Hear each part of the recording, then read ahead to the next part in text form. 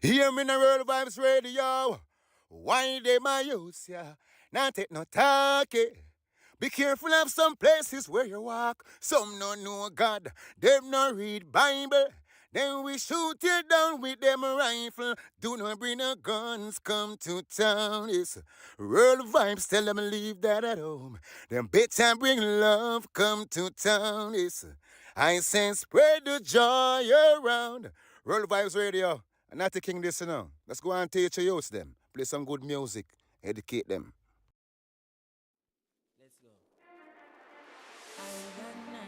How when the rain a fall, the ground still tall.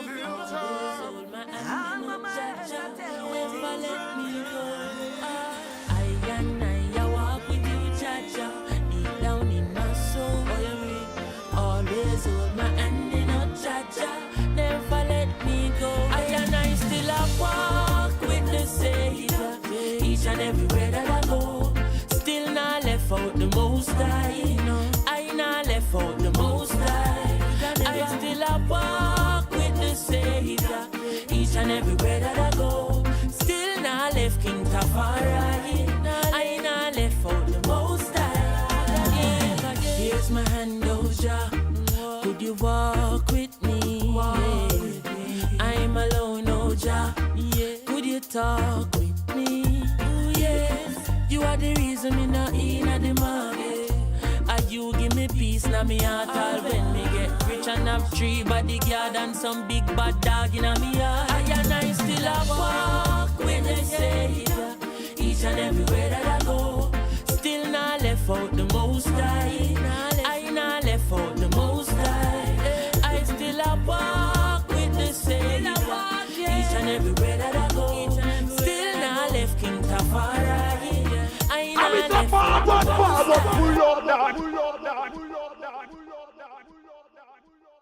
Yo, check this out. This is Anthony Cruz, and you don't know it's the Diaspora Connection featuring Kabbalah for Jamaicans with Joshua. Keep it locked, no man. Blaze it hot. Anthony Cruz. That. When the rain fall, the ground still tall. I'm a man, tell me never let me go. I walk with you, Jaja, deep down in my soul. Always hold my hand in a Jaja, never let me go. I still a walk with the Savior, each and everywhere that I go. Still not left out the Most High. I not left out the Most High. I still a walk with the Savior, each and everywhere that I go. Still not left King Tafari. I not left out the Most High. Here's my hand, Oja. Could you walk with me? I'm alone, Oja. Could you talk with me? Yes. You are the reason me not in the market. And you give me peace now me heart all when me get rich and have 3 bodyguard and some big bad dog in me heart. I still a walk with the Savior, each and everywhere that I go. Still not left out the Most High. I not left out the Most High. I still a walk with the Savior, each and everywhere that I go. Still not left King Tafari. I not left out the Most High. On my way to school, carry Jaja with me. All in the classroom, carry Jaja with me. In every lane and every crevice and corner. Still I see her, yes, him a fi me dan dada. From me a little bit a pitney one order. So all when me turn grandfather. I still a walk with the Savior, each and everywhere that I go. Still not left out the Most High. I not left out the Most High. I still a walk with the Savior, each and everywhere that I go. Still not left King Tafari. I not left out the Most High. Tell me if you're going through this, working all day and night and still can't live a good life. Tell me if you're going through this, the money where you make done before it reach your hand, my friend. Tell me if you're going through this. Now no money for gas stars, so you can't to drive your car. Tell me if you're going through this. Every day I wonder if no better life no dead for you. Them say things are but we can't see it. Can't see it, we can't. Them say money I run right, I know, but back still I feel it. Still I feel it. Can't sleep at night because we stress out. Every month like that talk about kick out. Make our hands now meet. People lying up on street. Change is what we need.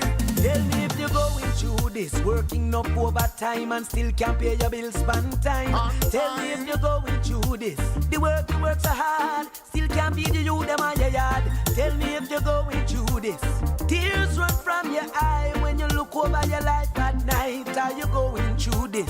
Every day I wonder if no better life, no dead for you. Them say things that get better, but we can't see it. Can't see it, we can't. Them say money I run right, I know, but back still I feel it. Still I feel it. Can't sleep at night because we stress out. Every month and that talk about kick out. Make our hands now meet. People lying up on street. Change is what we need. So many times you are on your last dime. People see a smile, don't know what you're going through inside, yeah. Working so hard, but still ends not meet. Sometimes you want to believe, no better, no dead if you really. There's the things that get better, but we can't see it. Can't see it, we can't. Them say money I run right, I know, but back still I feel it. Still I feel it. Can't sleep at night because we stress out. Every month and that talk about kick out. Make our hands now meet. People lying up on street. Change is what we need. Them say things that get better, but we can't see it. Can't see it, we can't. Them say money I run right, I know, but back still I feel it. Still I feel it. Can't sleep at night because we stress out. Every month and that talk about kick out. Make our hands now meet. People lying up on street. Change is what we need. Definitely cause the youths broke out bad. How no issue guns for the youths them go rob. The garrison them want treat like home for the dogs, but the ghetto full of star like American flag. Me believe in the ghetto, I swear. Them only promise things but them no mean cause them no care. This are the home for my brothers and my sisters. Some me left for no to jack and me a chant couple scriptures. I know why the youths are rebel. When the story of the ghetto now things don't look well. They don't the work so them a preach, them a go dead and go a hell. Or you fi take away all the things them when the street vendors a sell. I know why the place no run merry. What make you think say every day another one a bury? It set up you will survive any means necessary. You split up all the ghettos in a war territory. Oh, it's easier for them, harder for we. The world need education so why it can be free. More see elevation for the nation. Stop confuse the youth them mind with your television. Hey, technically speaking, my beg no put this in on mind and draw for meeting. Corrupted staff members them get deleting. Them biggest plan is to get rich. Them gaining interest while them in bed sleeping and every day. I know why the youths are rebel. When the story of the ghetto now things don't look well. They dirty work so them a preach, them a go dead and go a hell. Or you fi take away all the things them when the street vendors a sell. I know why the place no run merry. What make you think say every day another one a bury? It set up you will survive any means necessary. You split up all the ghettos in a war territory. All that we are real, you do all that we are friends. Make we stop on the corners when I road on the gens. When big song a play, we are beat on the fence. Because we burn friend killer and we burn fast pretense. When butter cook everybody a look six look drop on the table and shook. Me say that song you have for voice, cause the place get nice. This a free me get a paradise. Big up the place where me come from, cause it nice again. They done them a say none of it rise again. I know I not one, yes a good vibes again. Big up the place where me come from, cause it nice again. They done them a say none of it rise again. I know I not one, yes a good vibes again. Right now no man not tax and no man feed it. I youth a rise but yeah we glad for them, yeah. Right now me see pale over show. Remember one time me couldn't put my foot out the door. Baby mother's happy I've been like this too. Cause the youth and my mind turn youth. No man now get execute. Now look no man fi shoot. You know long me no see a black so. So big up the place where me come from. Cause it nice again. They done them I said none of it rise again. I know I know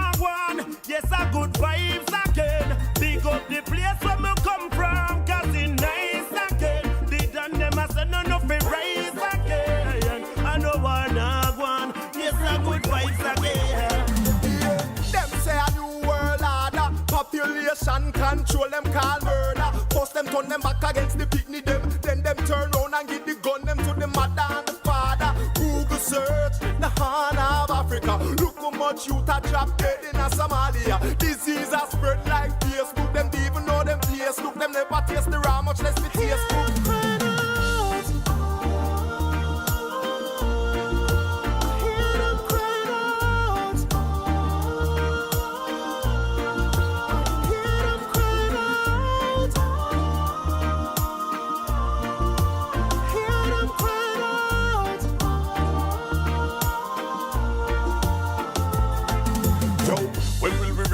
And push the peace higher. The people them a ball for ceasefire. Wars of opinion, dominion, them seek with each prayer. See them now the weak a face the fire. But listen me now, me spend a week at Israel and me a look cross on the Gaza. Me feel the love on every corner. The bigger is them rather war and disaster. But when they meet them master,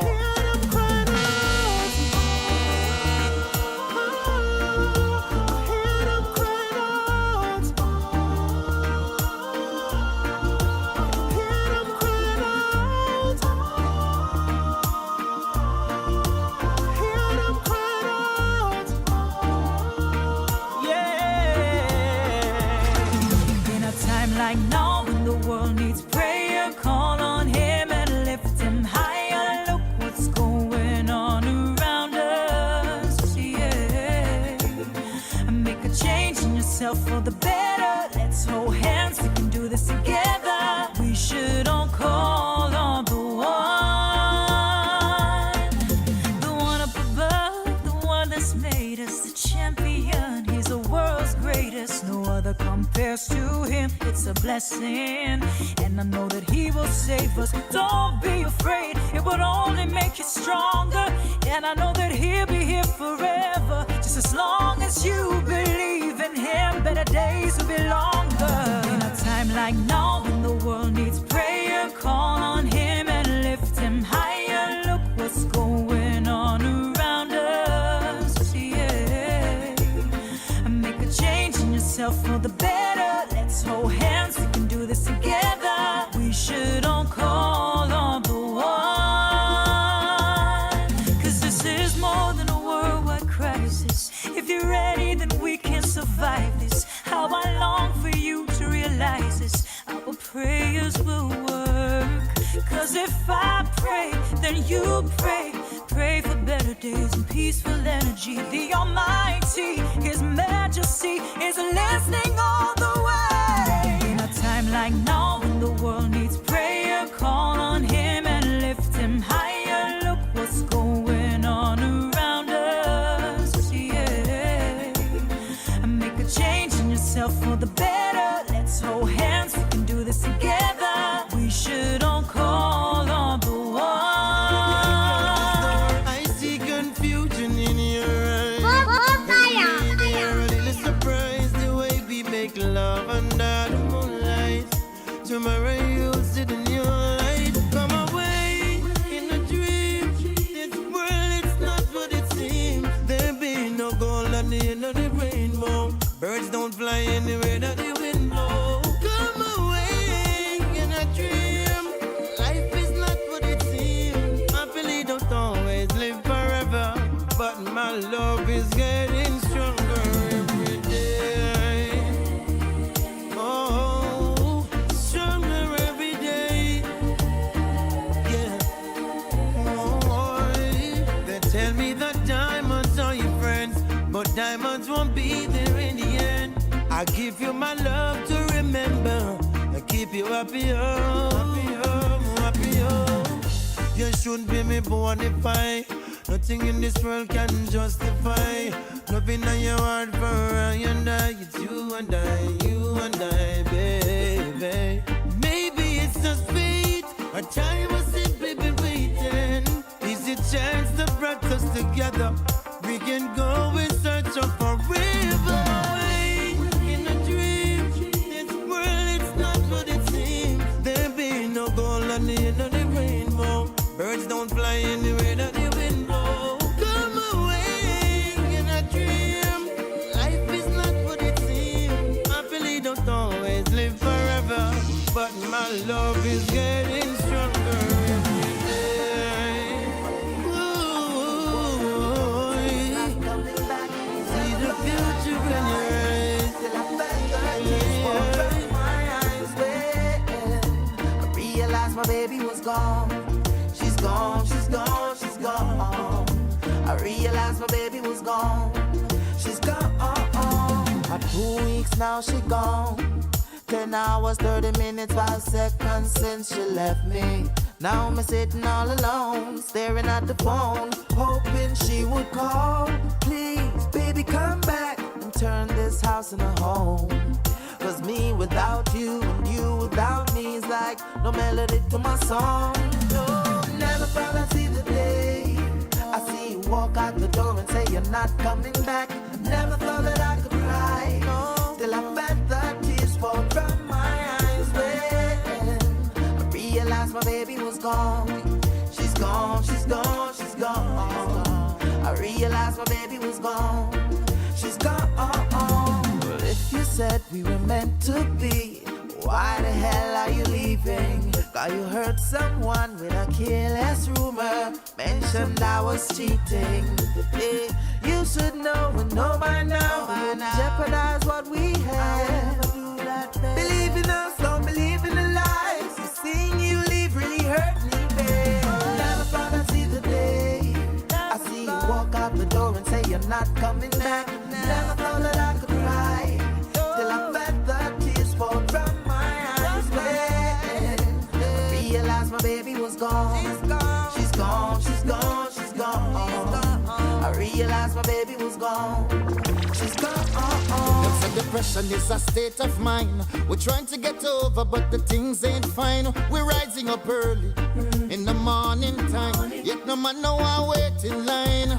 In the city, in a pretty, the leaders get pretty. Some friends, so them sound the alarm. Beg the youths them to come. Hey. We need food, but a fool them a farm. The people about say it hard. Things get hard, things get hard. Home and abroad, ends now meet again. Dollars have no friends from the ends. Church people about to the Lord. Things get hard, things get hard. Most dire of circumstance. Oh, we calling, but there's no response. In their mind, them think them safe from the system them put in place. I try to treat the underprivileged like a slave, so it cannot stop misbehave. Uptown will be burning down. Downtown man asleep on the ground. Siren a ring out and the people a shout. We need justice, them balling out. The people about say it hard. Things get hard, things get hard. Home and abroad, ends now meet again. Dollars have no friends from the ends. Church people about to the Lord. Things get hard, things get hard. Most dire of circumstance. Oh, we calling, but there's no response. Money run out, things rough out the road. Can't find no food, things tough out the road. Is a workman a wait pan. Some of the gun is like the devil in a them right hand. But I don't want to hear another 1 2 1 2. excuse. No want to see another brother in the excuse. Time to change up your folly. Mislead the people, they not talk about you sorry. The people about say it hard. Things get hard, things get hard. Home and abroad, ends now meet again. Dollars have no friends from the ends. Church people about to the Lord. Things get hard, things get hard. Most dire of circumstance. Oh, we calling, but there's no response. The people about say it hard. Things get hard, things get hard. Home and abroad, ends now meet again. Dollars have no friends from the ends. Church people about to the Lord. Things get hard, things get hard. Most dire of circumstance. Oh, we calling, but there's no response. The people. Good evening, everyone, and welcome to another episode of Diaspora Connections featuring Kabbalah for Jamaicans. My name is Joshua, and you were just listening to the scriptures rhythm. Beautiful, beautiful tune. And you know, that last piece there by Dwayne Stevenson, that people pray to the Lord that things are hard. You know, it breaks my heart. It really does. It breaks my heart to see that some people have no relief. You know, the world is in turmoil.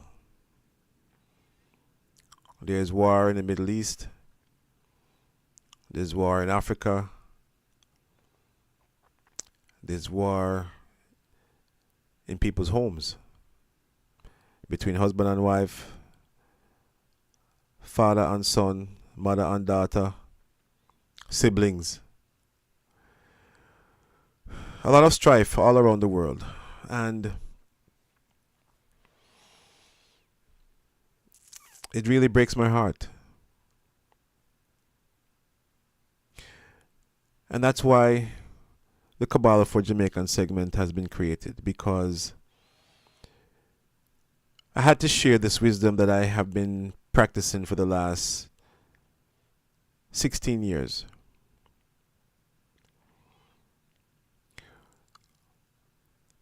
A wisdom that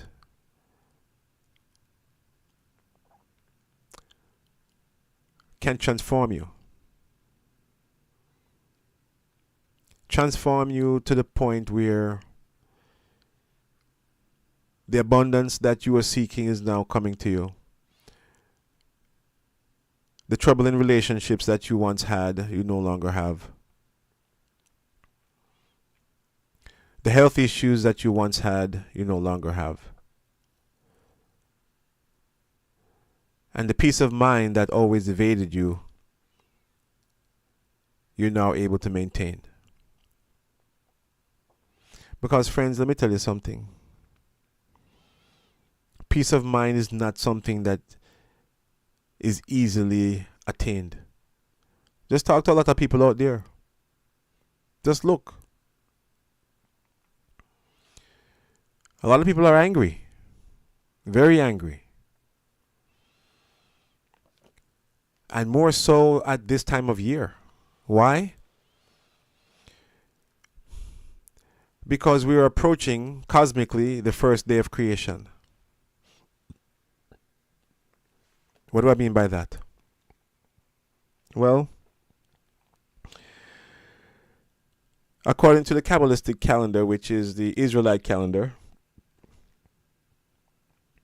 we are now at the 23rd day of the month of Virgo.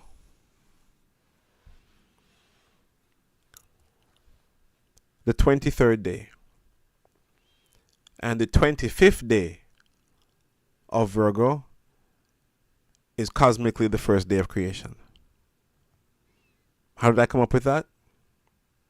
Well, next week, Wednesday, the evening of October 3rd, is the Israelite holiday of Rosh Hashanah. Rosh Hashanah, which customarily is known as the Israelite New Year, is the beginning of a new cycle. It's a time of judgment. And it is also the 6th day of creation, the birthday of mankind. The birth of man.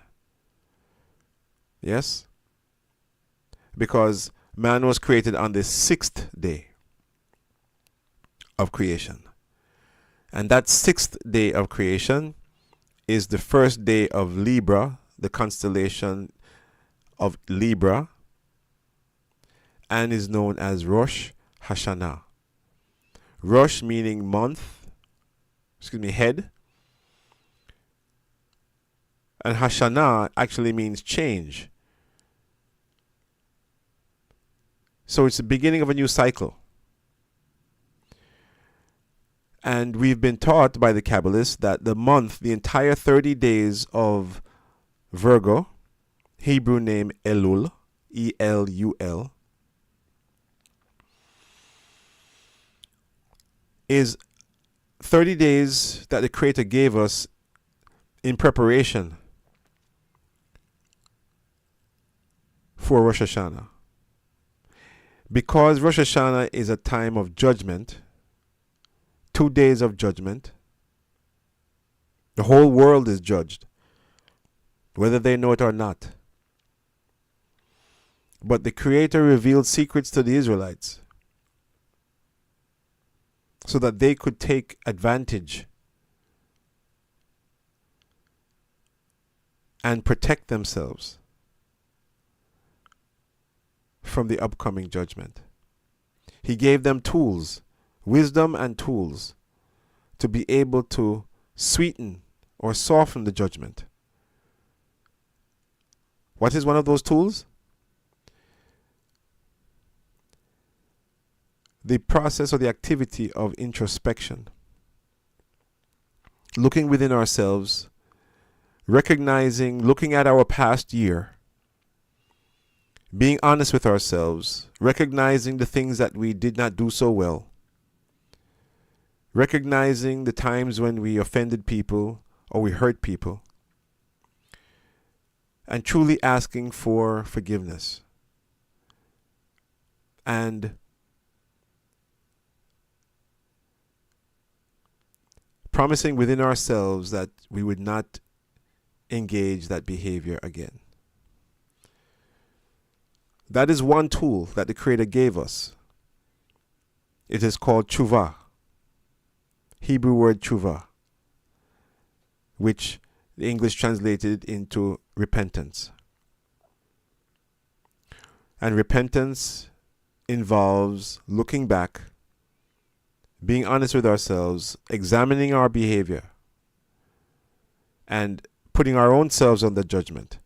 Because when we put ourselves under judgment, the universe, which is designed to judge the world on its actions during the 2 days of Rosh Hashanah, if you perform self-judgment, then the heavenly court, the universe, will not judge you. But as it says, that which we forget, the universe will remember and will hold us accountable. You know, raised in a Jamaican household under the teachings of Christianity, I was exposed to Catholicism as well. I'm a cousin who he and I grew up as brothers. Big up yourself, Mike, if you're listening.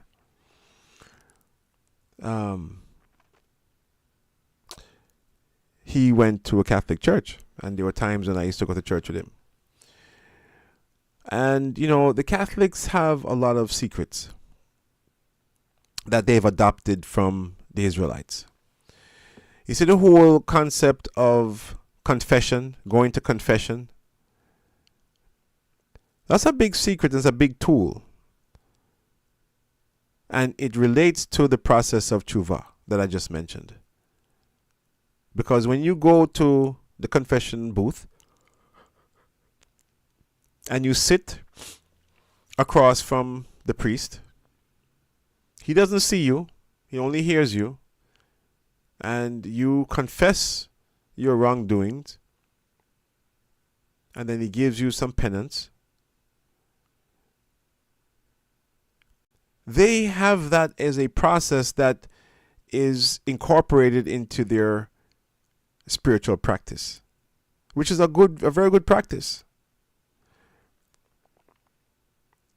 Now, if the people who were really going to confession booth and making their confessions and really truly tried to not engage in that behavior again, then it's very effective. Then it becomes very effective. But if not, then it's just a religious act that has no meaning and has very little impact on a person's life. Yeah? So that's just one of the many secrets. Also, here's another secret. You notice that how the Pope and the bishops all wear a kippah, a little small round covering in the center of their head? Well, it's the same thing the Israelites do, right? Especially the priests, the Israelite priests, or the Kohens, yeah? It's where they get that from. Again, they got that from the Israelites. So, Christianity chose to sprinkle some truths along with a lot of falsehoods. But this program is not about uncovering falsehoods of any particular religion. We're here to just deliver the wisdom of Kabbalah, which is the ancient Israelite wisdom Moses received from the Creator on Mount Sinai. Not only what Moses had received, but a huge portion of the instructions that the Creator laid out for us on how to live a successful and fulfilled life.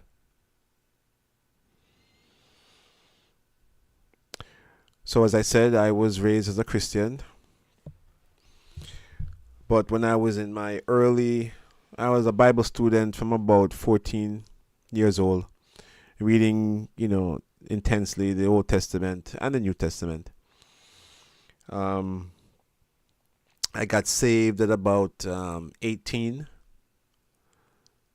and the rest has been a search for the divine, the experience of the divine. Because I saw a lot of holes in Christianity, and I decided to look to the teachings of the East, of the yogis. And I studied Hinduism, practiced Hinduism for a while, practiced Buddhism for a little while. And in fact, one of the most profound spiritual experiences I ever had was when I was practicing meditation. And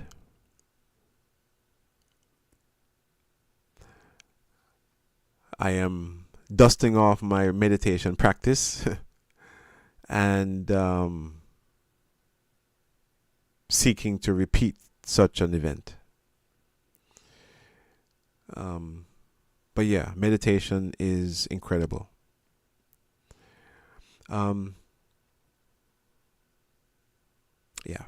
So,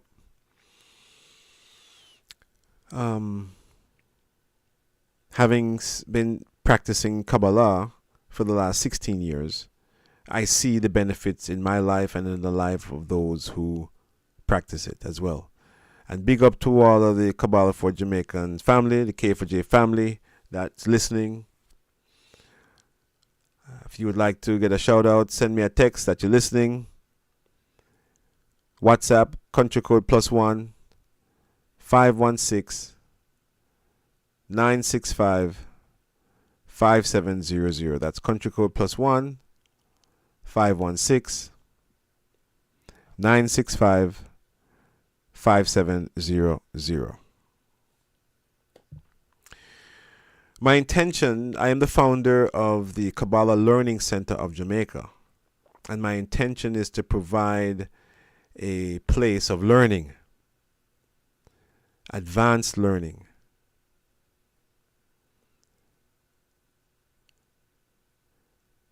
so that people can learn the teachings of Kabbalah,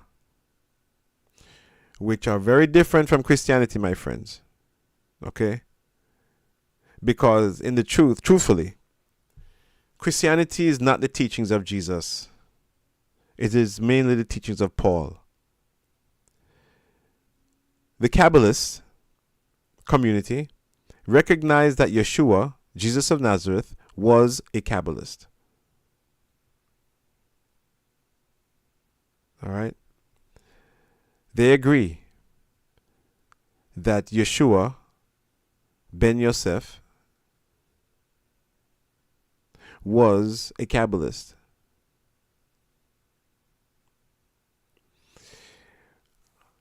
They do not believe that he is God, because it would be blasphemy in the Israelite faith to say that a man is God. But they respect him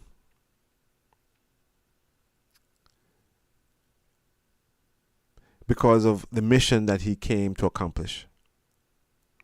And Kabbalah is in agreement that Jesus was indeed a Messiah.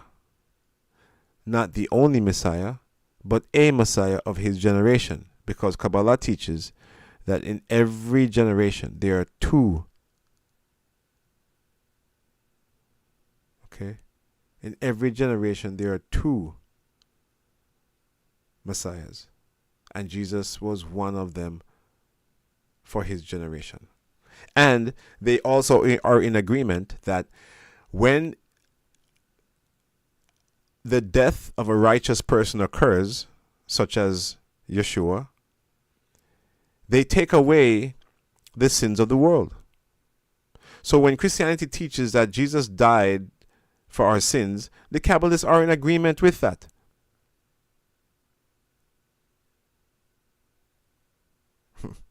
They are in agreement with that.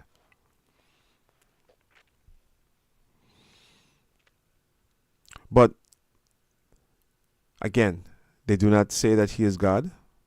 No man is God. There is no need for man to be a God or for God to appear as a man. The scriptures tell us that we are all gods, but we shall die like men. Right? We are not the supreme. We are not the singularity. We are reflections of that singularity.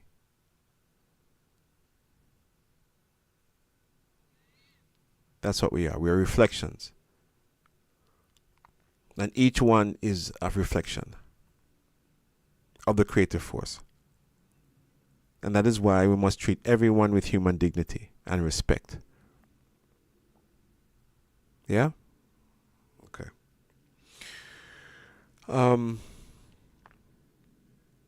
For those of you who are tuning in for the first time, welcome. You're going to hear a lot of terminology that you may not be familiar with. I will do my best to explain things. I repeat myself a lot because, we are getting new listeners every time. And, it's sometimes difficult to run when there are those who are hearing me for the first time. And, for those of you who have been listening consistently, it's good to hear these things in a repetitive mode because, the dark force has the ability to cause us to forget.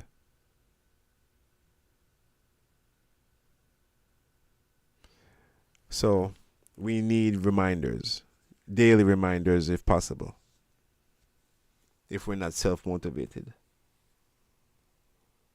Yeah, so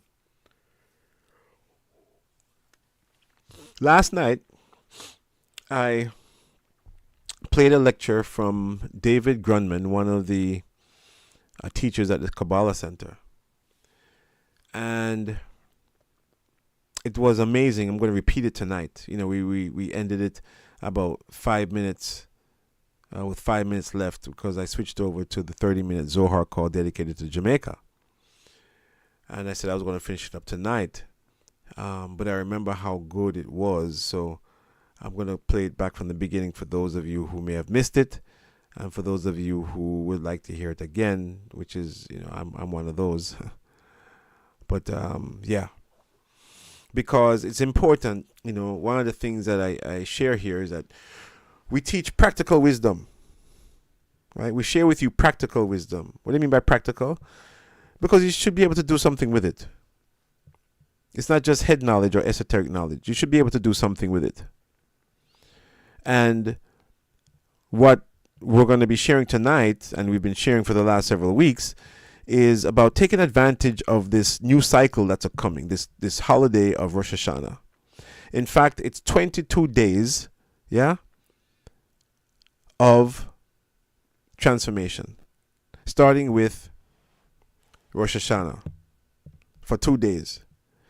Then the 10th day of Libra is Yom Kippur, which is the Day of Atonement. 5 days after that begins Sukkot. So on the 15th day of Tishrei is Sukkot. And that lasts for 7 days. So my intention is to, for those who have an ear to hear, and those who, for those who are listening, and those who want to participate in the connection, right? Because we call all of these services connections. If you would like to stream, get the link that will allow you to see the Kabbalistic Rosh Hashanah connection, which includes 2 days of blowing of the shofar horn. And it's the blowing of the shofar horn that really helps to rid our bones of the negativity that has been written on it. Right? That's why it's a new cycle. It's an opportunity for us to start fresh and to draw down energy for the upcoming year. That is how it works. We are given an opportunity to draw down energy for the upcoming upcoming year. That's why it is so important. And important for us to get it right.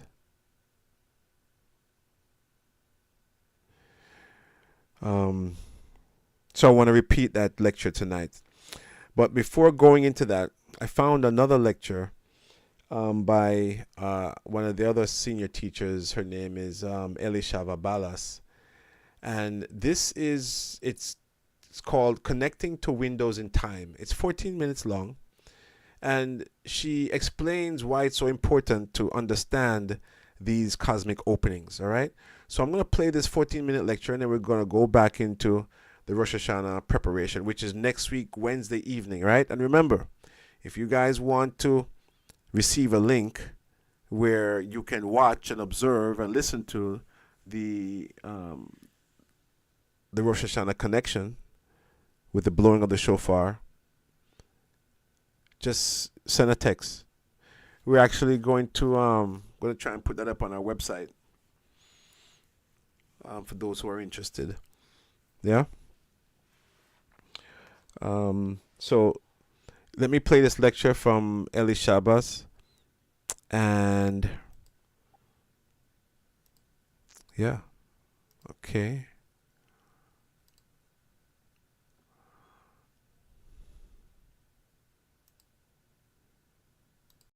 Hi, my name is Elisheva, and I'm here to share with you important consciousness behind using the windows in time of the Kabbalistic calendar as a tool for growth and change. Now imagine if you were a surfer. You study closely the tides and the waves and the weather, and you figure out exactly when the best wave, the most powerful wave, the most challenging wave is going to come. You get ready, you get the right equipment, you're at the beach at the right time in the right place waiting for that wave. But imagine if you don't know that wave is coming. It can easily crush you, cast you adrift. The truth is that understanding the tides and the weather and the way that the oceans work is literally going to determine what kind of surfer you are, what kind of waves you ride, and how much you enjoy or suffer from the sport. The Kabbalistic calendar really isn't that different. According to the Kabbalists, there are ebbs and flows in energy. There are waves we can ride or waves we can get crushed by if we're not aware of them. And the entire study behind understanding the 12 months of the calendar is exactly that. If there's one thing that Kabbalah gives us, it's control. And gaining that control, one of the greatest keys to that is understanding the Kabbalistic calendar. It's almost as though, if a farmer wants to plant his crop at the best possible time for the best possible harvest, he's not going to do it in the dead of winter when the ground is covered with snow and ice. He's going to wait for the best time and plant those seeds and work with the seasons, work with the weather, work with the environment to yield the best fruits. And Kabbalah gives us those self-same tools for yielding, reaping, and enjoying the fruits in our own life. In order to learn a little bit more, I want to read to you a section from Days of Power, Volume 1, written by the Rav. It says here on page 2, Kabbalah absolutely and completely rejects remembrance or recognition as the basis of holidays. In place of commemoration, a Kabbalist focuses on connection. That is, the opportunity to tap into the unique energies that exist at specific points in time that we call holidays. With this in mind, the meaning of the title Days of Power becomes clear. The holidays are literally power sources that we can access using the teachings and tools of Kabbalah. These tools include prayer, ceremonies, the Bible, the Zohar, and continuing study and understanding of what God really intends for us, which is, by the way, nothing less than complete happiness and total freedom from any form of unhappiness, including death itself. So clearly, the windows in time are not something to be taken lightly, and the Kabbalists give us everything that we need to connect to them.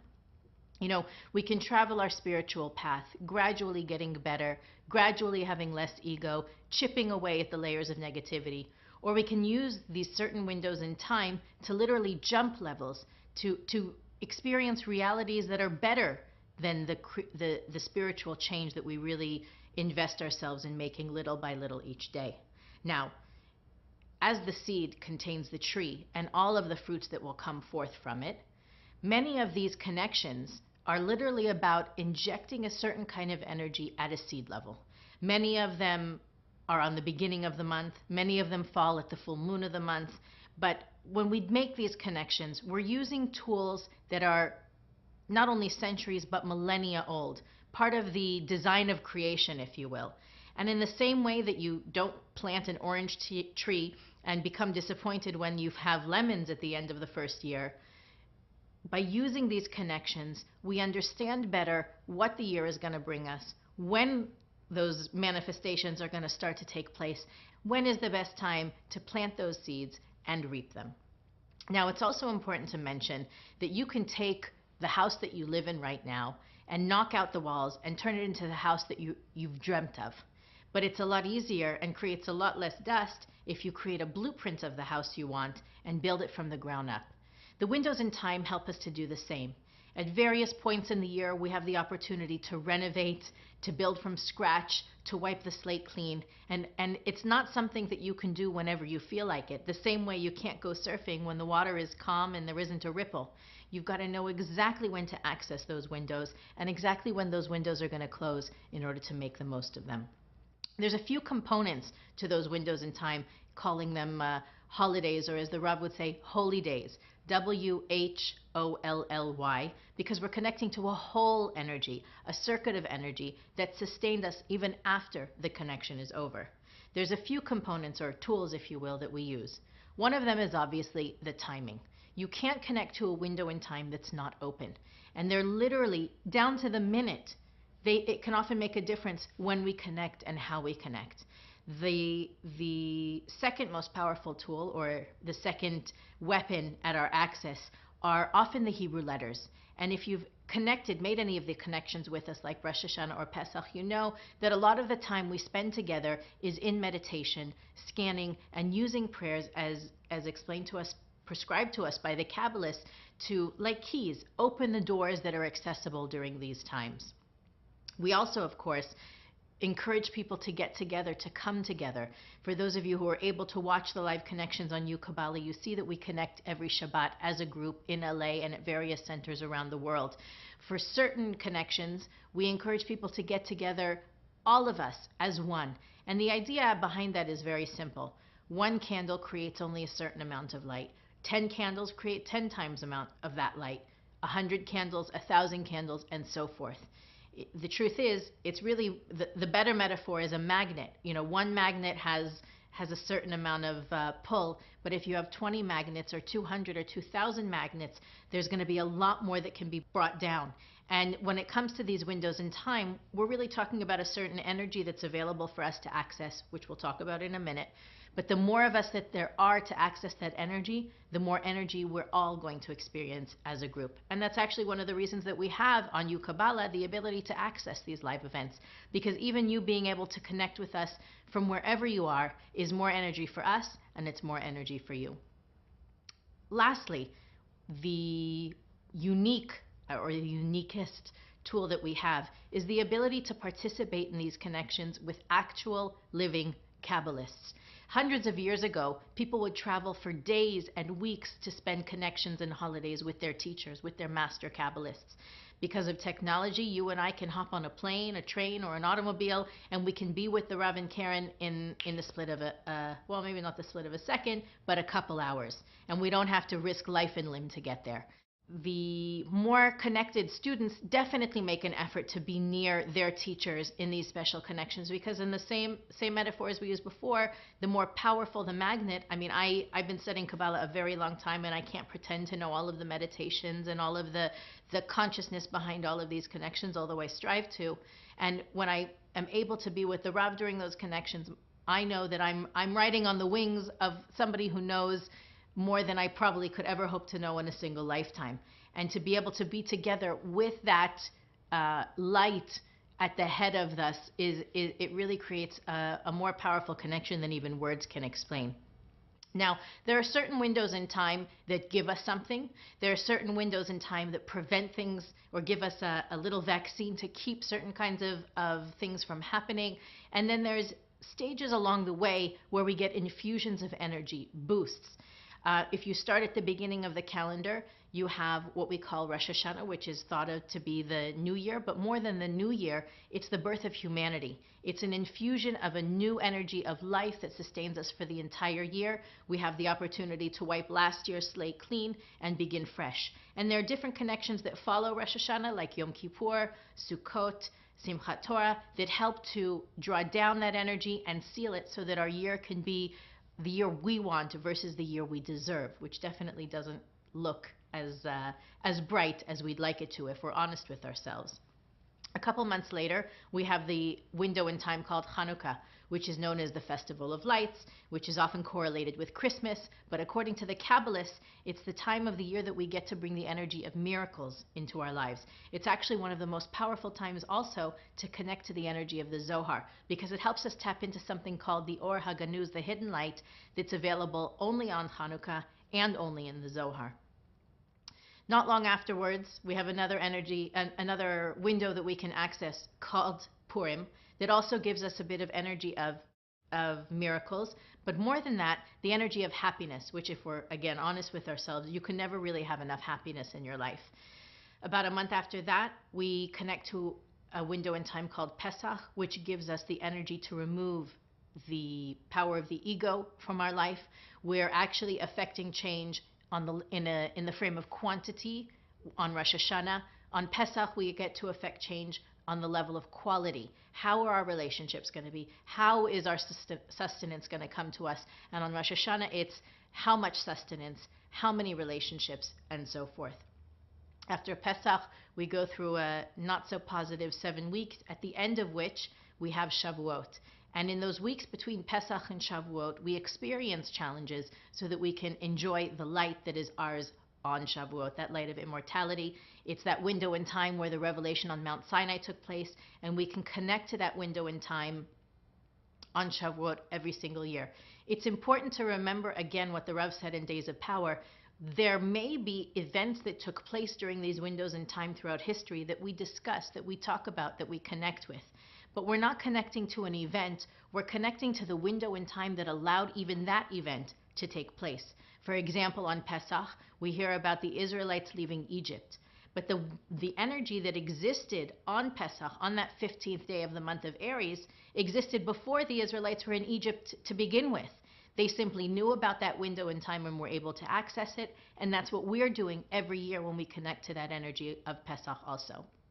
It's important to mention as well, if you look at the Kabbalistic calendar, that every day has its unique energy.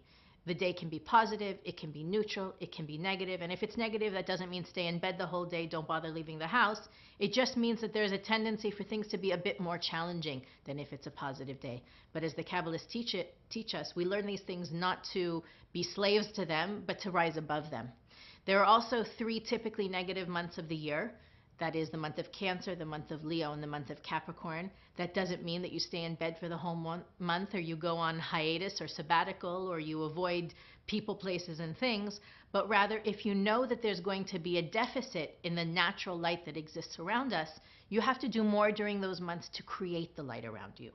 As I mentioned before, there's 7 weeks between Pesach and Shavuot that can be a bit challenging. There's also 3 weeks that span from the 17th of the month of Cancer to the 9th of Leo that can be equally as challenging. And along the way, something that's really amazing that you can discover in looking at the Kabbalistic calendar is that there are death anniversaries. Kabbalists who passed away often during difficult times to give us extra boosts of energy so that those difficult times can be a little bit more lighter for us, at least the ones who know about it. For example, we know that when a person leaves this world, all of the light that they revealed in their lifetime is available to access on the anniversary of their death. So every year at a particular time, we can connect to that person and the light that they revealed. And the Kabbalistic calendar shows you exactly when those dates fall in the back as well as in every month. It also is important to mention that at the beginning of every month, we have what's called the new moon, or in Hebrew, Rosh Chodesh. And the same way that we spoke about the seed containing the tree and all the fruits that will come forth, the first day of the month is that seed for the entire month. What we do, the way that we act, how we carry our consciousness on that day affects all of the days of that month. And that's why you'll see on New Kabbalah, we offer new moon meditations and lectures and connections on the new moon to help you make the best of that day, to help you understand what's available, what to look out for, what to be careful, what to take advantage of, to make the most of each and every month. I hope that while this was a bit of a crash course with the calendar, you reach out to your teacher and ask specific questions that you have regarding planning different things in your life, whether it's getting married, making major purchases, starting jobs, down to the very small stuff of, having difficult conversations, planning medical procedures, you name it. The Kabbalistic calendar is there for us to use as a tool to experience more light, more control, and more fulfillment. You can use it very easily. So reach out to your teacher with your specific questions, and I really hope that the information that we talked about today does make a difference in your life, does have an impact. For further reading, you can look into Days of Power, Volumes 1 and 2 by the Rav. All right. Thank you, Elishavas. And I hope that was helpful in understanding what the Kabbalists mean by when they say windows in time. Yeah? It's a cosmic opening. Energies are not the same day to day, or even hour to hour, or minute to minute. Sometimes they change. And these holidays, these annual holidays, have the energies available for the entire year. The energy that you're able to connect to is available for the entire year. And the energy that you have an opportunity to connect with during Rosh Hashanah, they say there are 3 things that are determined during Rosh Hashanah. How much money a person will make, what kind of health they will have,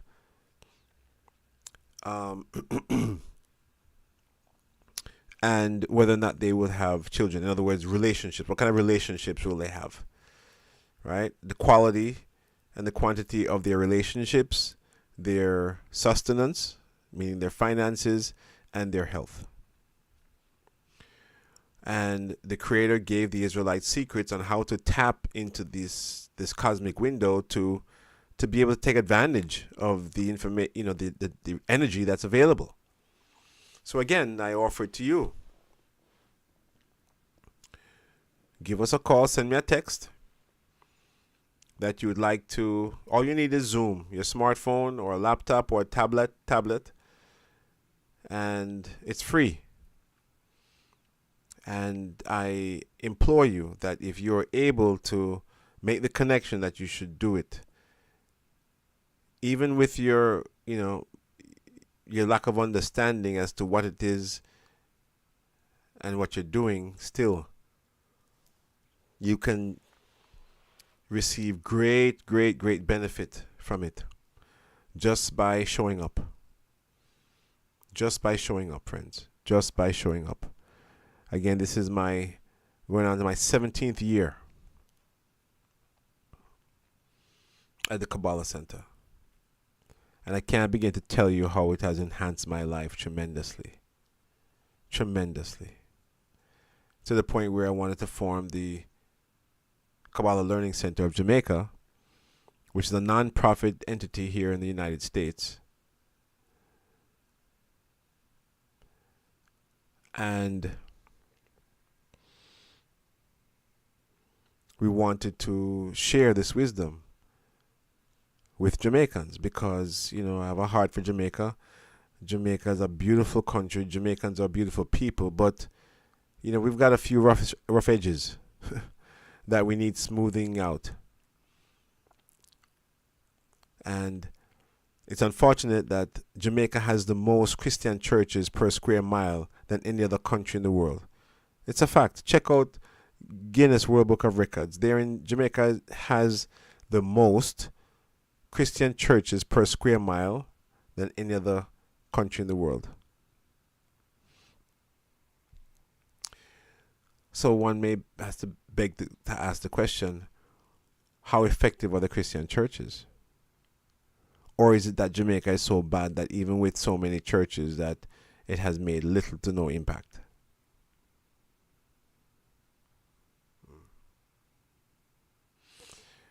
So, but again, you know, some key points that I wrote down what Elishaba was talking about, that Kabbalah gives us the ability to take control of our lives. How do we take control of our lives? Through the wisdom, through the understanding. You know, when the Creator sent Moses back to Egypt to tell the people that he was going to take them out of bondage, the very first secret that the Creator told Moses to share with the people was the blessing of the new moon, the sanctification of the new moon. What is the sanctification of the new moon? It is the new moon when there's no moon in the sky, dark night. Right? And for you farmers, you know that is the best time to plant, when there's no moon. You can't see the moon. And the very first secret that the Creator told Moses to share with the children of Israel was to bless the moon. Because by blessing the moon, you are taking advantage or control of the negative aspects of the moon. The moon cycle has positive aspects and negative aspects. The first 14 days is positive. The latter 14 days are negative, meaning that there is less mercy and more judgment. Right? So the Creator said, if you want to learn how to take control of your life, take back control of your life, because we gave it away through our ignorance. If you want to regain control of your life, first thing you do is learn how to bless the moon, sanctify the moon. And then through other actions, through other aspects of wisdom, start to take back your life by performing the right actions. Yes? Okay. So, again, Rosh Hashanah is next week, Wednesday evening at sundown. The blowing of the shofar is Thursday and Friday. And again, if you're able to, I strongly suggest that you get this link, the Zoom link, so that you can make the connection and listen. Okay? So I am going to go back and play this lecture from David Grunman, which was an amazing lecture on the preparation for Rosh Hashanah. Good evening, everybody.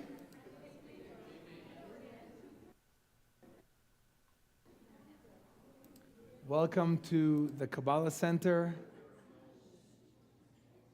I'd like to welcome all of those that are streaming us online. We're so happy that you're able to join us tonight for a very deep but hopefully inspiring lesson and understandings about the days of Rosh Hashanah.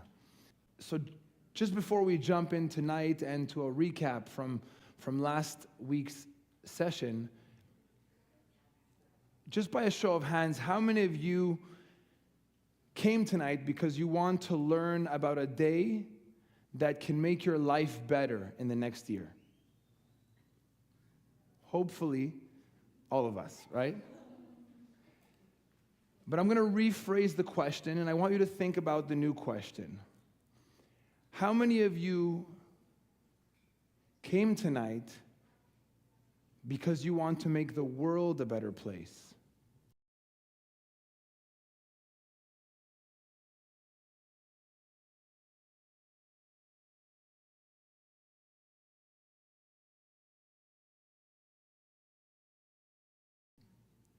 And as a result, experience a different year. We're going to speak about both of them tonight, but oftentimes when our teacher, the Rav, would explain about these days of power, he would remind us that it's so much more than just making our life better. Making our life better is so much more than just experiencing these days traditionally because a rabbi told you to, or God said so in the Bible. Knowing how it's going to influence your life, it will drastically change your experience of Rosh Hashanah and the following holidays. But the Rav would always stress that as students of Kabbalah and as those that make an effort to learn and change and spiritually develop ourselves, we need to understand that it's also within our responsibility to make a difference in the world. And tonight, we're going to learn both how we can use Rosh Hashanah to make a difference in our life, literally reprogram our movie, but also realize that it's within our power and within our potential as a community to really create a shift in the world. So, the Creator laid out for us 52 days of transformation. This class is called 22 Days of Transformation because the 22 days start at Rosh Hashanah. But last week, most of the session was about Virgo, which we're going to do a quick recap on because it leads to today's class. But in essence, these 52 days are something the Creator laid out for us to be able to create the perfect version of ourselves and the perfect life for ourselves. As each soul comes down to this world, the Creator knows how difficult it's going to be to live in a physical body with the limitations of the physical encasing of this world. So in the algorithm and in the system, in the back end of this universe, the Creator created a complex spiritual system that if we know how it works and we can tap into it, we can use it, again, to change our life and to change the world. Each part of these holidays and these days of power set up a specific part of our life, okay? The month of Virgo is a preparation month. It's as if we're going to the Olympics and we're getting ourselves ready for the big moment. Rosh Hashanah starts to deal with what the Kabbalists call the left column, which in our life looks like the aspect of receiving. We all need to learn how to receive better, and David spoke about it in last week's class.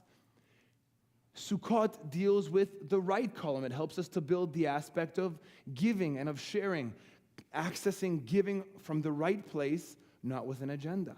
The perfected version of sharing is what we work on in Sukkot. And Simchat Torah is where we perfect our central column. So the Creator literally laid out a map for us to perfect ourselves throughout the coming year. So let's just do a quick recap from last week, okay? Virgos, the sign of Virgos, are known to be very detail-oriented. They can see something's wrong as soon as they walk into a room, right? But when we come to the Kabbalah Center, we know that nothing is just because the way it is. There's something that is explaining the energy behind it. So why are Virgos so detail-oriented? Why are they perfectionists? So David explained last week, in the month of Virgo, This is the spiritual makeup of our world. We're going to use it a lot tonight. The top sphera is Keter. Keter is divided into two parts, which are Atika and Arichanpin. From Arichanpin, there's 13 attributes in the month of Virgo that are filtering down into our world. It's called the beard of Arichanpin. I tried to, didn't really work out so well. It's the beard. That energy comes down into our world. What does that energy represent? It represents the energy of our purest desires. Our perfected desires. Each one of us here wants something different, but we all want it for a different reason. The perfect desire is that I want to receive, but I want to receive in order to influence, to impart, to make a difference, not just for myself alone. So for example, if I want to be in a relationship, there are two ways that I can want to be in a relationship. One is where that energy is going to come through me. I want to be in a relationship so me and that partner can create a spiritual bond and a spiritual union, and we're going to slowly get towards the Creator, and that's our mission and that's our goal. Strong desire, strong way to draw a relationship. Where there is another reason to get into a relationship, let's call this the impure desire, which is I want a relationship because I'm lonely. And if I want a relationship because I'm lonely, ultimately that person will fill it. But if that person goes on a business trip for 3 months, I'm going to feel lonely again. Or we can replace that loneliness, we can take our partner out and just put in a friend. So the idea of desiring for the self alone, there's nothing wrong with it. It's just limited, and it will never be able to fulfill us infinitely, and the Creator wants us all to be infinitely fulfilled. So there are these two desires. We'll call them the pure desire and the impure desire. I want to open a business. Why? Because I believe that this business can change the world. It can change the way people communicate. It can change the way people dress. It can change the way people eat food. That's my vision. That's my desire. I want to draw it down and create it for the world. But then slowly, you start to see the income statements. Money starts to go up. You start to make more and more money. And it can slip into being all about the money. And that's when the desire gets corrupted and shifts to the desire to receive for the self alone. It's like a balancing act. What is Virgo? Virgo represents our purest desires. So as we enter into the month of Virgo, David warned us last week that we might have a tendency to look outside and see how other people's desires are impure. Which is why Virgos are very judgmental, and it can be a judgmental month. So the Kabbalists caution us, if we want to use the gift that's available, which is our pure desires this month, look inward. Look inward. Find out internally where your desires, which ultimately should and are truly to reconnect to the light, find out where they're limited by something physical. I want to trade my desire for the light for a partner that's going to make me happy and love me and compliment me. I want to trade my desire for the light for a business that's going to bring me lots of money that can buy whatever I want. But what happens when you buy everything that you want and you're not fulfilled? What the Creator wants all of us to experience and what He wants all of us to build over these 52 days of transformation is not a limited desire, it's an infinite desire. So Virgo and Rosh Hashanah all are representing the left column because it's perfecting and helping us to make infinite our desire to receive. To remove the self alone and to insert I want to be able to impart. So the Kabbalists introduce in the month of Virgo, there's a process called teshuvah. Can you say teshuvah? Teshuvah. I'm going to spell it on the board because I'm going to tell you guys that I'm not going to teach about it tonight, but there are lots of lessons on Kabbalah.com for those that want to know how to go through this process. What is teshuvah? Teshuvah, it's known as repentance, or loosely translated as repentance, but the Kabbalists explain it's so much deeper than that. Teshuvah, when we spell it in Hebrew, is tashuv he, which means go back to the desire. It means we go back in time to any time in our year or in our life where we experienced grabbing, because we want to fill the self alone, we can go back to that moment and say, 1 second, I don't want that thing, I want the light. I don't want to limit my desire, I want it to become infinite. So repentance, teshuvah, is not a process of saying, I'm sorry, or forgiving people for what they've done to me. It's a process of me going back to my year, visiting all those moments where I had a desire to receive for the self alone, and ultimately transforming it, because our desire to receive for the self alone is the beginning of chaos in our life. The desire to receive for the self alone is the only reason we experience chaos, because it's the only thing that's connected to anything limited. When we desire for the sake of sharing, it's unlimited, there can't be chaos. So that's what this month of Virgo is about. Tshuva, going back in time, correcting that moment when we were thinking for the self alone. And it goes even further. The Kabbalists explain when we do that, we not only return the energy that we took from the universe when we grabbed, we return it back to the universe, but we also correct our experience and any hurt that we felt and any hurt that we caused others. It's very profound and it's very deep, and it's not the focus of tonight's class. But again, tshuva, if you want to look at it on Kabbalah.com, there's so many lessons about it. But this gets us ready for tonight. This gets us ready for the discussion about Rosh Hashanah. Why? Because it's all about the desire, and it's all about the left column. So any questions about the recap before we go on? Okay, good. Because we're about to get really deep, and then the questions are going to come like crazy. Okay.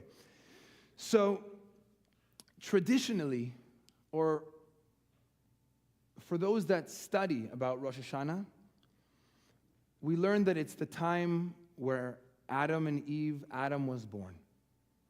Also, we learn that Adam fell in the same day that he was born.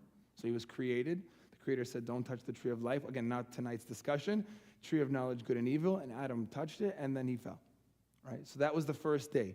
As a result, Rosh Hashanah is known as a day of judgment, where spiritually it says that the Creator is sitting on the throne, and the accuser gathers all of the times in our year where we acted from the desire to receive for the self alone, and as a result, hurt ourselves, hurt others, or hurt the universe from the energy we grabbed. So the accuser gathers everything, brings it to the Creator who's sitting on his throne. This is what's written down, sitting on his throne.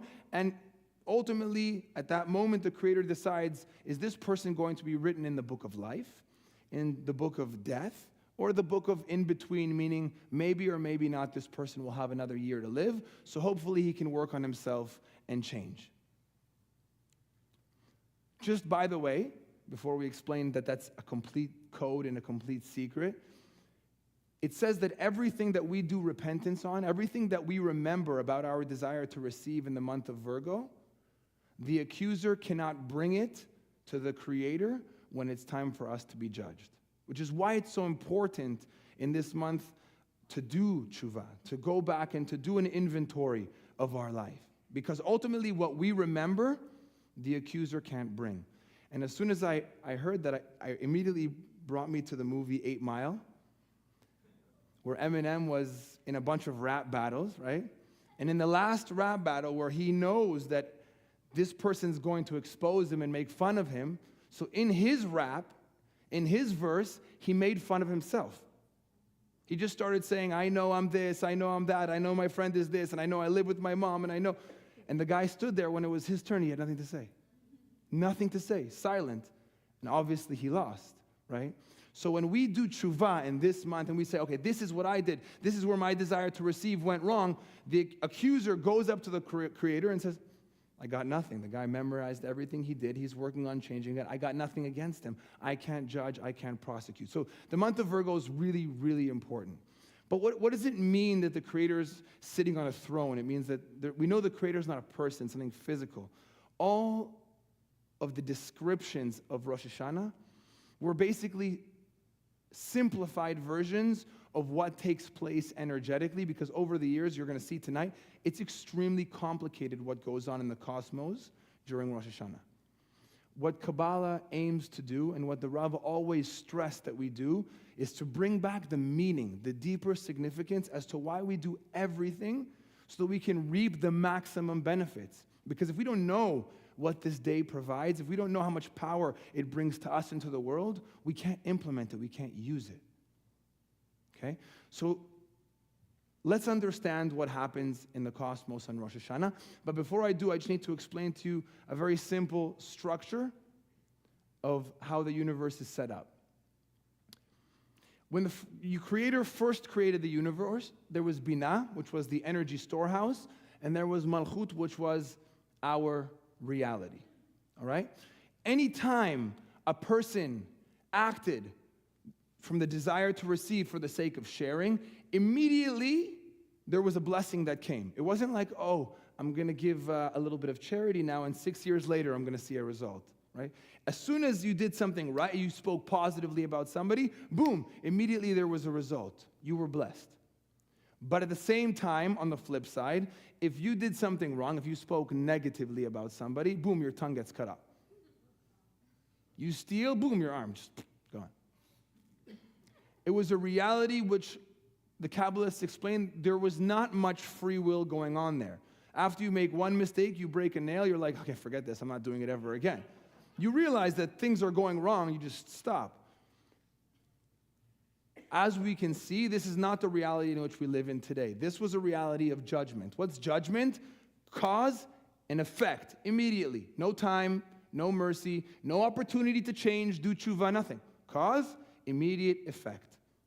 So what the Creator did was installed into the software a buffer. It's called Ze'er Anpin. What's this buffer? It means, oh, this person just grabbed energy for the self alone. Wait, before I give him a punishment, or before the energy he took immediately gets lost from him, I'm going to let him go through a process. There's going to be something called mercy injected. And mercy is time. Time gives us all free will to change. We realize, oops, I did something wrong, but nothing happened. Am I going to keep doing it wrong, or am I going to realize, wait, I don't want to keep putting that energy out in the universe. I want to be different.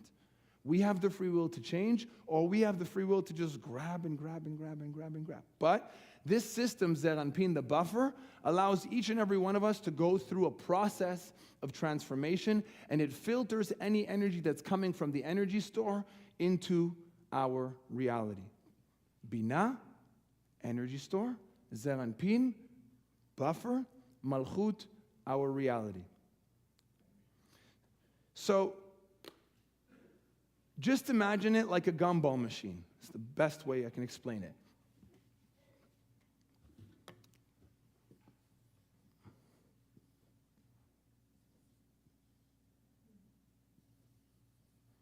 Okay, this is Binah. This is the Ze'er Anpin. And this is Malchut, when we take the gumball out and we enjoy it. Okay? So, life is not like a gumball machine, which means you can only do one at a time. We can take many, many actions which are positive or negative, and they get stuck in here. And our Ze'er Anpin gets full. Gets full. So the Kabbalists explain, by the way, these are all secrets from the Ari, Rabbi Isaac Luria. Very simplified and made into a simple PowerPoint, but I just want to share with you when I'm studying and preparing for these things, it's very humbling because there's so much written, and what I'm sharing with you is like a drop in the ocean, and what I know of what I'm sharing with you is a drop in the ocean from what the Ari actually explained.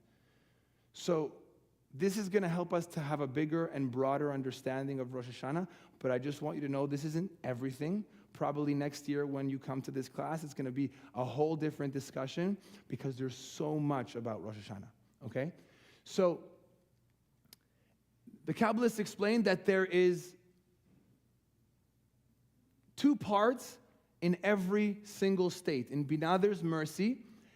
In Binah, there's judgment. In Ze'er Anpin, there's mercy. In Ze'er Anpin, there's judgment. In Malchut, there's mercy. in Malchut, there's judgment, all right? So throughout here, we're constantly drawing down energy. Sometimes it comes in the form of mercy. Sometimes it comes in the form of judgment, okay? Something very unique happens on Rosh Hashanah, which doesn't happen on any other day, and it gives us a tremendous gift. Zeranpin, which is the buffer, goes to sleep. We're going to find out why shortly, but Zeranpin goes to sleep, which means it's no longer active. Now, the judgment and the mercy that was in Zeranpin, it can't just stay in limbo. This can't just disappear. There's lots of things in the gumball machine. So it needs to go somewhere. The Ari explains the mercy and the judgment go into Binah, the energy storehouse. But Binah is perfect. It's like a washing machine. It's the top of the gumball machine. Everything's amazing. Binah says, no. You want to give me judgment? I can't take your judgment. So Binah then sends its judgment and Zeranpin's judgment to Malchut. But keeping the mercy. It can keep mercy. It just can't keep judgment. So what happens on Rosh Hashanah? Essentially, all of our judgments. What is judgment? It's the times where we grabbed energy from the universe, desire to receive for the self alone. All the desire to receive for the self alone gets brought into Malchut. Also, the effects of the desire to receive for the self alone, known as punishments or cause and effect, when we're reactive, ultimately something's going to happen to hopefully wake us up, right? All those judgments that were stuck in the gumball machine now move over into our reality, into the level of Malchut. Why? Why does this happen? What benefit does this offer us? All of our judgments coming down to Malchut. First of all, now we understand the code of why Rosh Hashanah is known as a day of judgment. Not because the Creator is sitting on a throne and actually judging us. It's just a time when our universe is flooded with desire to receive for the self alone, and it's a time where our universe is flooded with judgment. What does this provide for us? This helps us to remove the desire to receive from the self alone from the desire to receive. Our desire to receive is what keeps us alive. It's our lifeline. But when it goes to for the self alone, that's when it becomes our lifeline to chaos. So what the Creator sets up for us on Rosh Hashanah is a system for us to take the magnet and to remove any for the self alone, to remove it from our desire, so now our desire becomes pure. Think about it in your life. If you had any desire that's coming from a limited place, it was spread out all over the cosmos. It's in Binah, it's in Zeranpin. Now all of your desires that are limited are here with us, which means what? It's accessible. It's isolated, and soon we're going to learn, and it's a process that takes 10 days. We can destroy and transform that energy so that it doesn't get inserted into our next year. What's Rosh Hashanah? It's developing the cassette for the next year. If we take all of our judgments and all of the desire to receive and all of the old me, and we bring it into our new cassette, essentially nothing has changed. Which is what takes place when you don't know what's going on in the universe. There's a gift that's taking place. The Creator and the cosmos are supporting us by separating our desire to receive from the desire for the self alone from the desire. So we can use it in the right way and become infinite channels of light and bring infinite abundance into our life. So now we can also understand why Rosh Hashanah takes place in the month of Libra. Libra is the 7th month of the year. It's interesting. Rosh Hashanah means head of the year. So it would make sense if it was at the first month of the year. But we know that Passover takes place in the first month of the year, and Rosh Hashanah is in the 7th. Why 7? Because anytime the Kabbalists explain the number 7, it's always connected to Malchut. Malchut is the ingathering. So if you look at what's happening cosmically, it's the ingathering of all of our desires. Why? So that we can deal with them. We can remove them. If, God forbid, there was a disease and it was spread all over a person's body, it would be difficult to deal with. But when the disease is brought into one point, in that one point, we can take care of it. This is what the Creator does for our spiritual defects, which lead to physical disease. The Creator wants none of us to experience any of that chaos in the coming year, but we need to be active participants. We need to be a part of what's going on, okay? So this is what takes place cosmically, and this is the gift that we get from Rosh Hashanah, the ability to unlimit our desire. If something's not coming into your life, it's because in some way the desire is limited, and the Creator is going to send challenges and challenges and challenges until you unlimit that desire. The Creator, you don't need to go through those challenges if you go through Rosh Hashanah. And now you understand what David said last week. If you use the month of Virgo correctly, you don't even need Rosh Hashanah. Why? What's the month of Virgo? It's isolating all of our negativity, seeing all of our impure desires. If we do that, we got nothing left to take care of in Rosh Hashanah. Chances are we all don't do a perfect tshuva. We don't all recognize everything we've done wrong from the past year. So the Creator created a system by which we could be assisted in this journey. Okay? Should I slow down or should I keep going? Questions?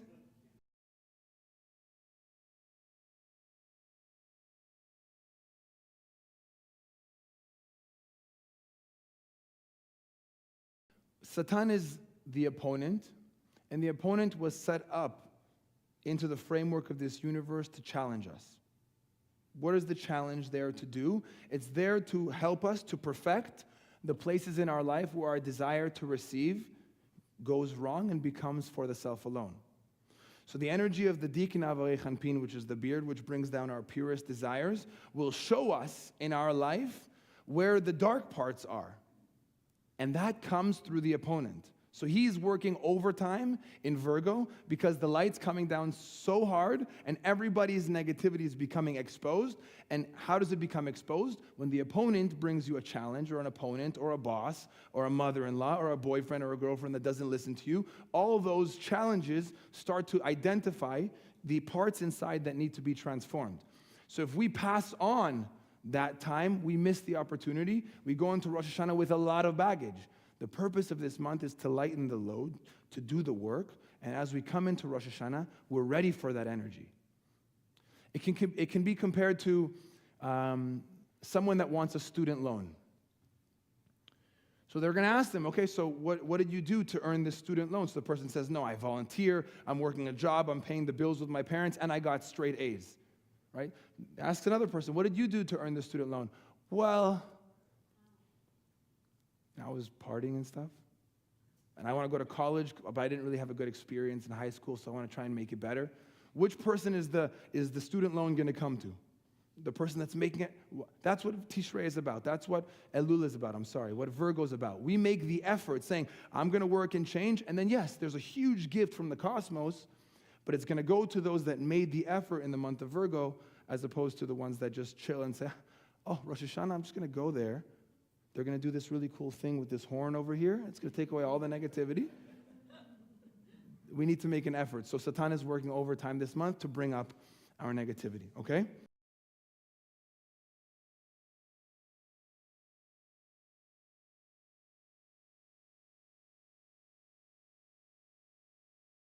David was speaking about it last week. Thank God I was here.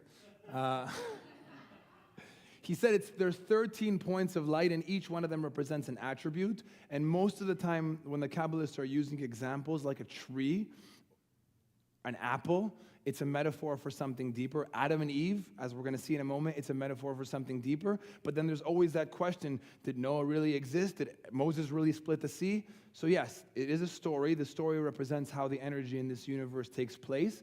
Did it happen or did it not? I don't know because I wasn't there. And if it's really a beard, I also don't know. But it is a metaphor, and it does represent 13 spots or attributes of light that are coming into this world. So this is what takes place cosmically, but also the Kabbalists explain something takes place within each and every one of us. But in order to understand that, we need to go back to the first fall on Rosh Hashanah, which was where Adam and Eve fell. Okay? So ultimately, the goal was to get Adam and Eve to be in a place where they're in a spiritual union. All of us want spiritual union, spiritual affinity with the Creator shining into my life constantly. It can't happen when Adam and Eve were back to back, right? So this is a spiritual explanation of the work that Adam and Eve had to do to overcome bread of shame.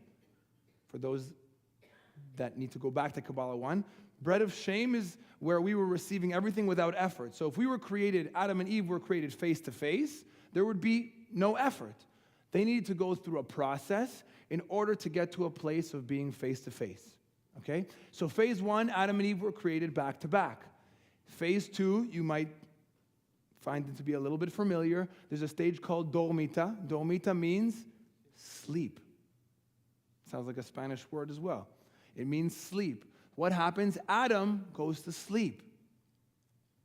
Why? Because if they're back to back and we need them to be face to face, we need to sever them at the back. You can't just cut somebody in the back energetically. We need to put them to sleep. So Adam goes to sleep. Then there's a process called nesira, which happens, where it basically means sawing. Adam and Eve get sawed from back to back, and then they get to a place where ultimately they can turn and become face to face. Okay? Again, back to back, then Adam goes to sleep, anesthesia, before you separate the Siamese twins, then nesira, which is spiritual sawing, then Adam and Eve turn and face to face. Ultimately, the reality in which all of us want to be is when Adam and Eve are face to face. Why? It's because there's a complete revelation of light. This is what the Creator intended for Adam and Eve to do. What was their restriction? What was their spiritual work? Whatever you do, just don't turn face to face before Shabbat. They turned face to face 6 hours before Shabbat. Shabbat represents a moment of completion, a moment of unity, a moment where no negativity can enter. What happens when Adam and Eve are back to back? Their faces are radiating with so much light that negativity cannot penetrate them. They're protected. What the Creator says, restrict the desire to receive for the self alone. Wait, don't do spiritual intercourse yet. We're going to learn why it's spiritual, not physical. Don't do spiritual intercourse yet. Wait till Shabbat. Wait till there's protection. And then, just face to face. What happened? Adam and Eve did it before Shabbat. What does that mean? They turned face to face. Their backs, which is lesser light, was exposed. The negativity latched on. And ultimately, that's why we're here. Again, just so we understand, we're not turning back in time and blaming Adam and Eve. Thanks for that. The Kabbalists explain we are all part of that energy and all part of that sin as well that led to the construction of this physical world. But what's the catch? The catch is that Adam and Eve in this reality weren't physical. This was a reality before physicality. So what is Adam and Eve? Can anybody guess? Adam is Zeranpin, Eve is Malchut. So when we look at the cosmos, what happens? We said in the cosmos, Zeranpin falls asleep. Now we know why. Because the Creator wants us to be face to face. The Creator wants us to have an infinite desire and that desire to be infinitely fulfilled. The goal was to get us face to face, but the desire to receive for the self alone, they grabbed it a bit early. There was no protection. The klipot latched on, and that created a reality in which we're in, where we're now constantly trying to overcome our desire to receive for the self alone with physical objects like water and food and sex and relationships and money. In this, there was no physical. These were just two spiritual energy intelligences. What is Zeranpin within us? Zeranpin within us is our ability to create and do good, to bring light to this world. So every time we decide, okay, you know what, I'm lazy, I'm going to procrastinate writing that book. I'm going to procrastinate making that movie. I'm going to procrastinate making that music. I'm going to procrastinate doing that business. It's too risky to leave the job that I'm in and start to pursue so I'm going to stay. But the Creator inserted that idea inside of you, said, I need you to bring this to the world so it can help and benefit. But no, you know what? I'm 9 to 5, just sit down, do my thing, get my bills paid, try and coast through life. What happens when we don't use the light the Creator gave us? That's a moment where we damage our Zeranpin. What's Malchut? It's our opportunity to restrict. Malchut is our resistance force. Every time we need to restrict and say, you know what, control my desire to receive for the self alone, and we don't, we damage our Malchut. Every time we say, okay, I'm gonna pause, I'm not gonna jump into it, I'm not gonna grab with my desire, we strengthen, we bring energy down this elevator into our life. It's a spiritual system. It's like the brakes and the gas of the car. Would anybody drive a car without brakes or gas? No. We have Zeranpin and Malchut. Zeranpin is when you accelerate. It's the light that I'm given to go forward. Malchut is the brakes. Say, whoa. I'm going to crash. I'm going to get into an accident. What happens on Rosh Hashanah is our Zeranpin and our Malchut, they get cleansed. They get ready for the next year. All the times that we grabbed, all the times that we were procrastinating, now all go into a place called Malchut, and now it's isolated so we can deal with it. If we recognize and isolate and bring into our life the spaces and the times where we grab, and we start to say, I don't want to be that person anymore. I want to be a more elevated version of myself. That's the type of person that we'll be in the next year. The Kabbalists explain that when you try and change during the year, it's difficult. Raise your hand if you agree with me. It's hard to change. You change, and then you fall back into the pattern. You change, and you fall back into the pattern. It's because you're trying to edit an Excel file that's locked. And the password is Rosh Hashanah. Eventually, you'll guess the password, but it takes 100 times. You're like, change. Rosh Hashanah, the file is unlocked. You can literally say, I want this destiny. I want that destiny. What do I have to do to create it? Take desire to receive for the self alone and say, I want to transform it. Well, great, the Creator got us covered. Why? Because we don't need to find it all over our life. It's now isolated in Malchut. Clap if you're excited.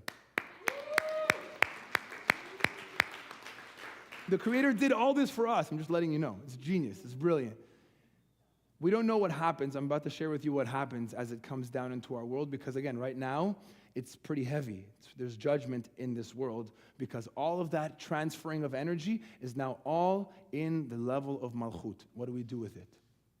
But the first thing to keep in mind is, and this is where I was sharing with you in the beginning, are we going to change our life and rewrite our movie or change and rewrite the world?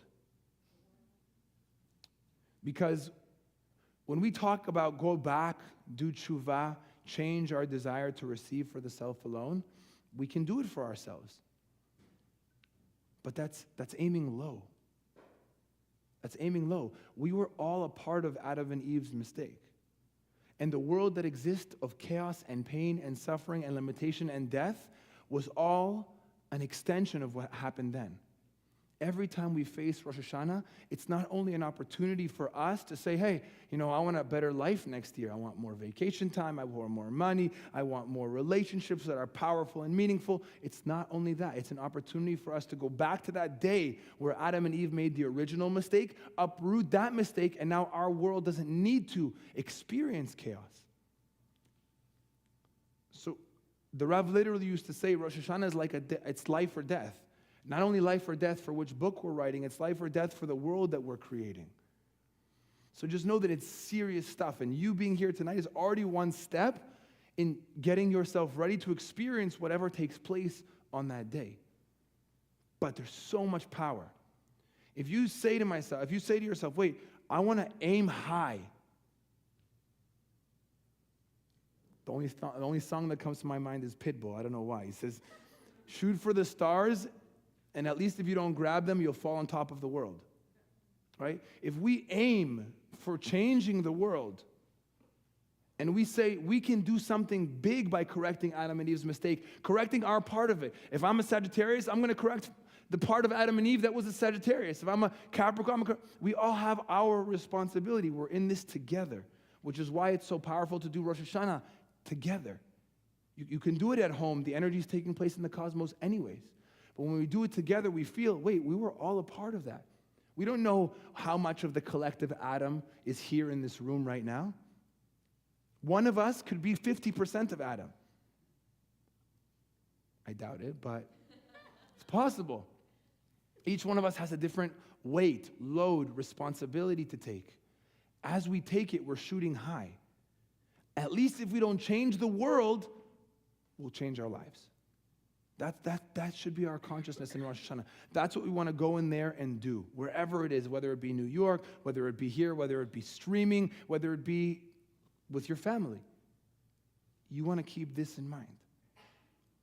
We want to correct the desire to receive that existed for the self alone that existed in Adam. When we do that, we create a perfect desire to receive, which means an infinite amount of light and an infinite amount of energy. Okay? So what happens now? We're here. It's the day of judgment, where all of our judgment are in Malchut. What do? The Kabbalists explain there's a secret. It's called the shofar. It's a ram's horn. There are so many precise secrets about this. It's so much more than just this. If you take the Hebrew word shofar, it's shin vav, pei resh. In short, when Adam fell, there were two different types of sparks of light that fell. 320 sparks of light and 280. The work of humanity is to ultimately elevate those sparks of light. Shin vav is numerical value 306. Pei resh is numerical value 280. 306 plus the hand that's holding the shofar, because you can't just have it elevated in midair. There's a hand that has to hold it. How many joints are in the hand? No. Joints. 1, 2, 3, 4, 5, 6, 7, 8, 9, 10, 11, 12, 13, 14. 14 joints. Anybody know how to say hand in Hebrew? Yad. What's the numerical value of yad, hand? 14. You take those 14 joints plus the 306 of shofar, you have the 320 sparks that fell and the 280 sparks that fell. The work of the shofar is to bring back the desire to receive for the self alone, which ultimately lost those sparks of light. So that's just a small secret. That's not what I plan to share with you. But I'm going to share with you something that the Rav shared, and for me, it was one of the first times I ever heard it.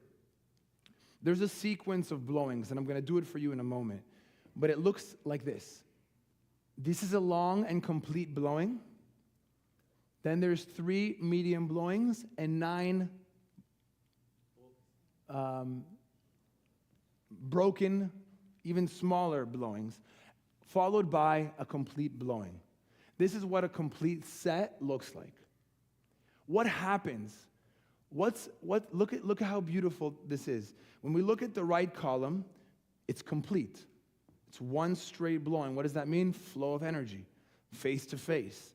Light is coming down. What's the middle? Judgment. Breaks. Energy, but no, breaks. It's coming, then I lost it. It's coming, then I lost it. Judgment. And even deeper, the Kabbalists explain there are 2 types of judgment, one for the big actions we do, one for the small ones. The big ones take care of the harsh judgment. The small breaks take care of the soft judgment. But what happens? Where is all of the left column? It's in the middle. It's encirculated by the right column and the central column, which means mat. We're surrounding all that judgment with mercy. We're taking all that desire to receive for the self alone that we gathered throughout the entire year because it's Libra, it's the 7th day, because Aaron Peen's falling asleep. But everything is here, and we're taking that energy, we're encapsulating it into a perfect pill. The Rav called it a vaccine, And then we're injecting that vaccine into our body and perfecting our desire to receive for the self alone. What's happening on Rosh Hashanah is we took and we gathered all of our desire to receive for the self alone. The shofar creates this pill, this capsule. It weakens the judgment and then ultimately allows us to take the desire to receive. But it's not the pill of the desire to receive, it's the vaccine that prevents the venom from entering our system. It's the perfect desire. So we gather all the negative, throw it away. It's not that simple. We've got to do work. Try being there on Rosh Hashanah for 6 hours. It's not just a vacation. You're not sitting back and drinking mojitos. It's like you sit there and you're focused. But what happens as a result? You take the judgment, the desire to receive for the self alone, and you perfect it with just the desire to receive, and now we're perfect vessels. And this process happens twice. So I'm going to show you what it sounds like. Just so you know, when we blow this at night, nothing happens. In the month of Virgo, we blow it every morning, and it's a part of getting ready for Rosh Hashanah. But when the window is open, the cosmic window is open, and we use this, I can't really explain to you, but something goes on inside. Something awakens inside, and you feel like you literally want to be a different person. Okay, just a preface.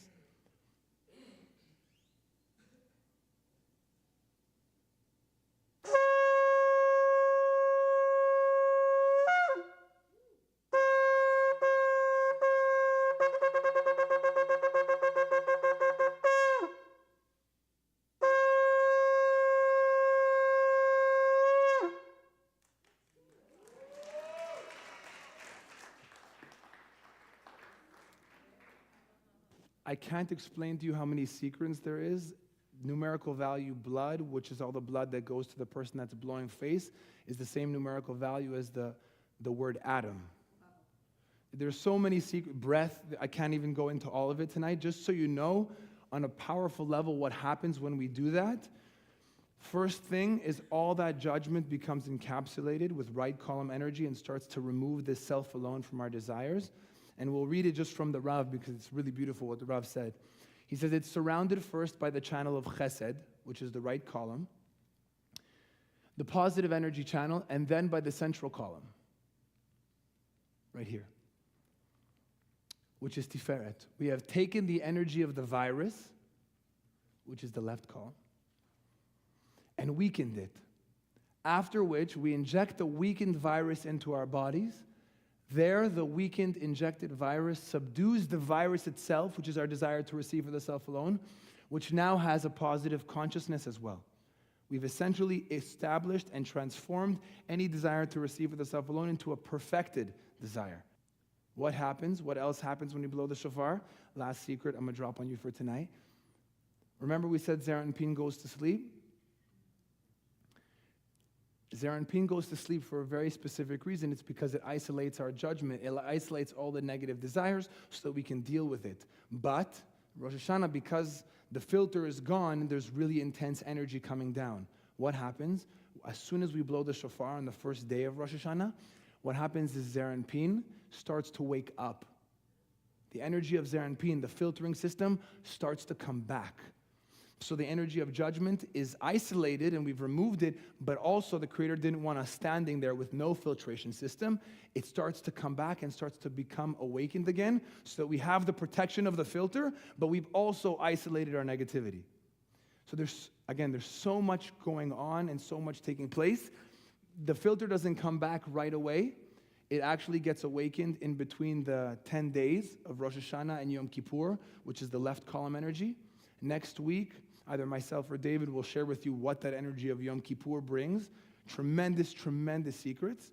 But those 10 days in between is when the judgments are being transferred, and at the same time, our Zeranpin is being awakened. So again, so many secrets, but ultimately, what do we want to take with us from tonight? What do we want to remember about Rosh Hashanah? The perfect us exists. It already exists in the endless world. We want to bring that perfect us here now.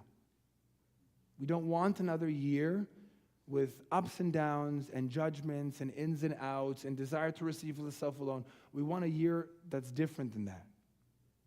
Even more so, we want a year where the world won't experience up and downs. Technological advances, medical breakthroughs, a chance for immortality, but at the same time, we're afraid that someone's going to nuke the planet. That's not the world that we want. Good and bad and ups and downs and so much wealth and so much poverty and so much technological advances, but still so many people in the world suffering.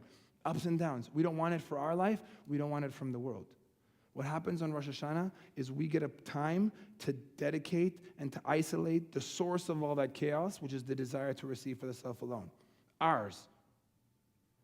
On Rosh Hashanah, when we're there that day, we have an ability to remove the desire to receive from the self alone from the world, which was correcting Adam and Eve's sin.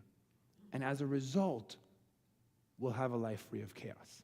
When the world's chaos is gone, our chaos will be gone. And when we shoot that high, at least we know for ourselves that we'll be a different person in the next year. All right, so there you have it.